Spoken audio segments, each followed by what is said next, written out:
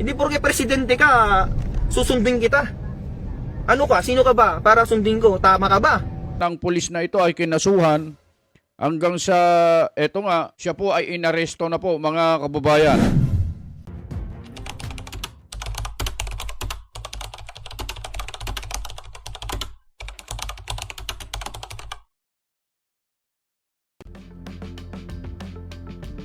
Isang magandang araw po sa inyong lahat mga kababayan, Luzon, Visayas at Mindanao. At sa lahat po ng ating mga kababayan dyan sa abroad, mga OFW. Alam niyo po mga kababayan, nag-aalala po kami sa mga OFW po na naiipit po dahil sa giyera sa Iran at saka sa Israel. Mga kababayan, ipanalangin po natin yung ating mga kababayan dyan sa digmaan na nangyayari po ngayon sa pagitan ng Iran at saka Israel. Tsak po may mga kababayan tayong mga Pilipino na nandyan. Mag-iingat po kayo mga kababayan.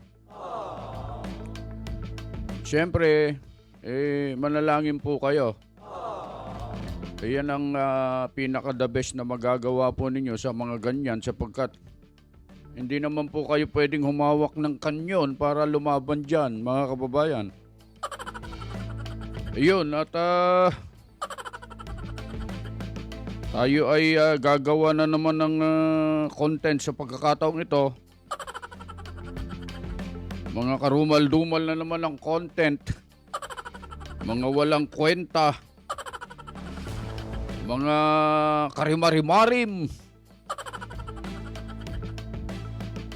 Eto, at meron tayong mainit na balita na gusto naming parating sa inyo mga kababayan. Tungkol po dito sa nakaraan na kung naaalala nyo yung isang pulis. Bago natin pala simulan yan, mga kababayan, bago namin i-share sa inyo yung itong breaking news na ito. Kayo po ay bago pa lang po sa aming channel, ngayon pa lang po nakasilip, nakatanaw, nakapanood, napasyal, at aksidenteng nakita nyo. Pa-like naman, pa-subscribe, pa-share, at pindutin nyo na rin yung parang kampana dyan para updated po kayo sa mga videos na i-upload natin sa mga susunod mga kababayan. Beno, eto, breaking news nito mga kababayan. Natatandaan nyo ba yung pulis na bumatikos sa ating Pangulo na ito yung pulis na vlogger din po ito Gumagawa din po siya ng content mga kababayan habang nasa serbisyo. Kaya lang, ang malaking pagkakamali niya, ewan kung pagkakamali niya ito o palagay naman natin ay ito'y pagpapahayag lang ng kanyang damdamin, opinyon sa mga pangyayari at nangyayari bilang garantiya ng saligang batas sa pagpapahayag ng damdamin, opinyon, kuro-kuro. Ito, nangyari sa kanya mga kababayan. Siya si Francis Steve Puntanilla mga kababayan, yung pulis na ito ay isang vlogger po ito. At siya po ay naaresto na mga kababayan. Inaresto po siya. At nakakulong po ngayon. Para hindi tayo magkamali mga kababayan. Siguro para mas lalo ninyo maintindihan, ang una siguro natin gagawin ay ganito. Para mapagtugma-tugma natin yung mga pangyayari. Panoorin po natin itong bidyong ito na naging viral noon. Nasa serbisyo pa siya, hindi pa siya dinidismiss. Ito yung naging pahayag niya tungkol sa ating Pangulo, mga kababayan. Panoorin po natin ito. Hindi pwedeng kung ano-ano na lang sasabihin sa atin, susunod-sunuran na lang tayo. Di ba? Pulis ako, hindi mo pwede akong utusan. Patrolman lang ako, pero hindi mo ko pwedeng utusan ng mali. Kahit sino ka pa. Kahit ikaw pang presidente, sabihin ko na nga sa'yo, kahit si Bongbong Marcos pang mag-utos sa akin ng mali, hindi ako susunod sa kanya, kahit tanggalin niya akong pulis. Diba? Ba't ako susunod sa kanya? Sino ba siya? Siya ba ang boss ko? Hindi ko siya boss. Ang boss ko, yung nagpapasahod sa akin. Sino bang nagpapasahod sa akin? Mga Pilipino. Diba? Mga Pilipino ang nagpapasahod sa akin. Ba't ako susunod sa presidente? Ano ba siya? Presidente lang siya. Diba? Ako, pulis ako. Pwede ko siyang arestuhin pagka wala siya sa serbisyo. Pagka wala siya sa pwesto niya. Diba? Kung walang pulis sa Pilipinas, sino na lang mag-aaresto sa mga tiwaling opisyal na yan? Kaya tayo nagpulis para hindi tayo maging kakampi ng mga tiwaling opisyal. Tayo dapat nasa gitna lang tayo, mga kasama. Nasa gitna lang tayo. Hindi pwedeng dahil presidente natin siya na yung susunundan natin. Hindi pwedeng dahil presidente natin siya na yung susundin natin sa lahat ng bagay. Hindi po pwede yun. Partisan ang tawag doon. Hindi porke presidente ka, susundin kita. Ano ka? Sino ka ba para sundin ko? Tama ka ba? Ang tanong, nasa tama ka ba para sundin kita? Diba? So yun po mga kababayan, yung ating napanood na naging pahayag ng isang pulis na vlogger na ito na siyang naging dahilan kung bakit siya naging viral at nag-viral sa social media. At dahil dito mga kababayan ay dinismiss po siya sa serbisyo, mga kababayan. Nakakalungkot sapagkat hindi ko alam hindi naman po kasi ako abogado at hindi ko po alam ang tuntunin nila tungkol sa mga bagay-bagay na ganyan, mga kababayan.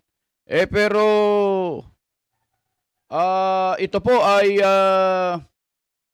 kinasuhan, mga kababayan. Ang pulis na ito ay kinasuhan hanggang sa eto nga at siya po ay inaresto na po, mga kababayan. Ito, pakinggan natin itong report na ito na ating nakuha sa ating pinagtitiwalaan na mainstream media, walang iba kundi ang Net25, mga kababayan.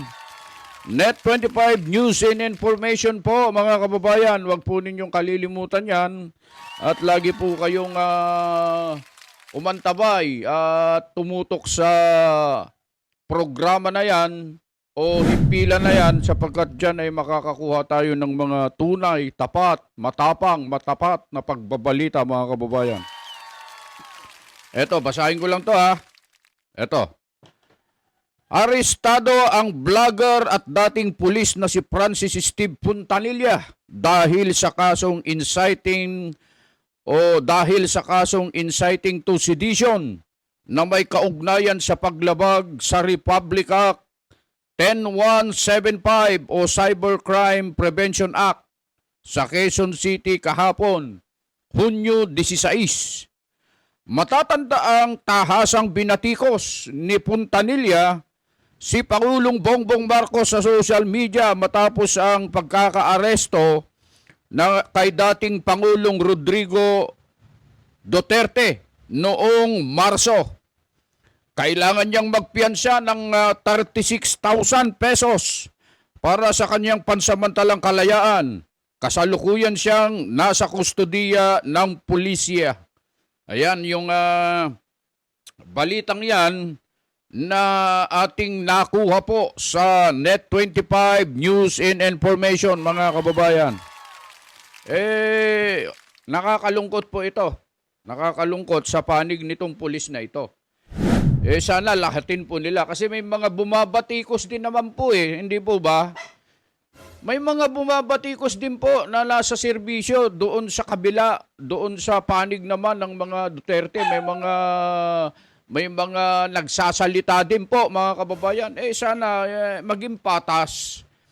Kung ito man ay tuntunin sa PNP, kung ito naman ay nababatay o kaya naaayon sa saligang batas, hindi po natin kasi alam yan. Hindi naman po kasi tayo abogado mga kababayan.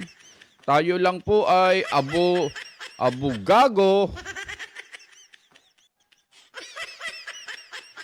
Hindi natin alam ang tuntunin dyan mga kababayan. Pero ang sa atin lang, maging patas. Ano po? Maging patas po sila sa pagpapatupad ng batas. Parang nakikita natin, kapag ka ikaw ay kumontra sa gobyerno, mga kababayan, at ikaw ay nasa serbisyo, empleyado ka o ano ka man, mukhang masama ang iyong kahihinatnan mga kababayan. Katulad na lang nung mga ibang vlogger mga kababayan na makakabila. Sabihin na natin mga DDS vloggers mga kababayan, parang sila lang po ang ipinatawag sa Tricom at saka Quadcom nitong mga nakakaraan.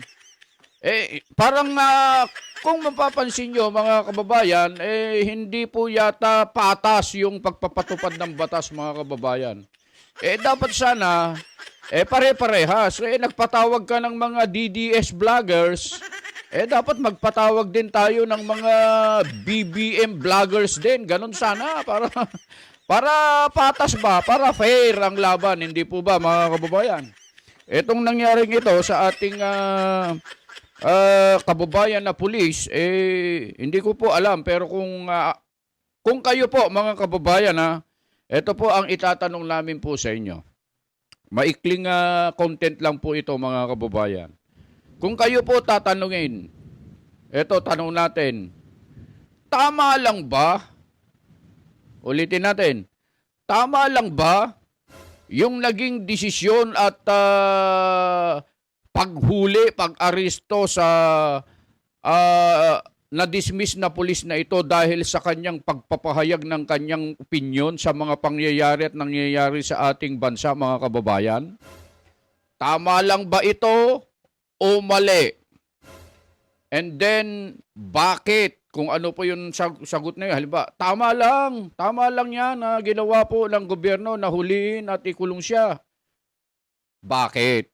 Pagkatapos naman, kung hindi po tama yan, mali po yan na ginawa po ng ating gobyerno na ikulong ang pulis na yan.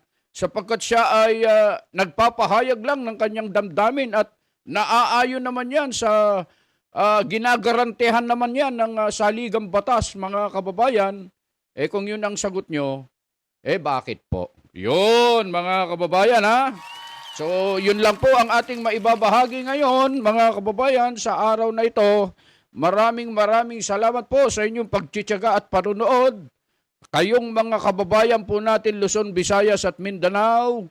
At lalo na sa mga kababayan natin nasa abroad, mga OFW, lalo na dyan sa may malapit dyan sa Iran at Israel. Mga kababayan po namin na nasa karatig ng mga bansa na yan, mag-iingat po kayo at lagi po kayong manalangin mga kababayan. Hanggang sa muli at hanggang dito na lamang ang aming maibabahagi.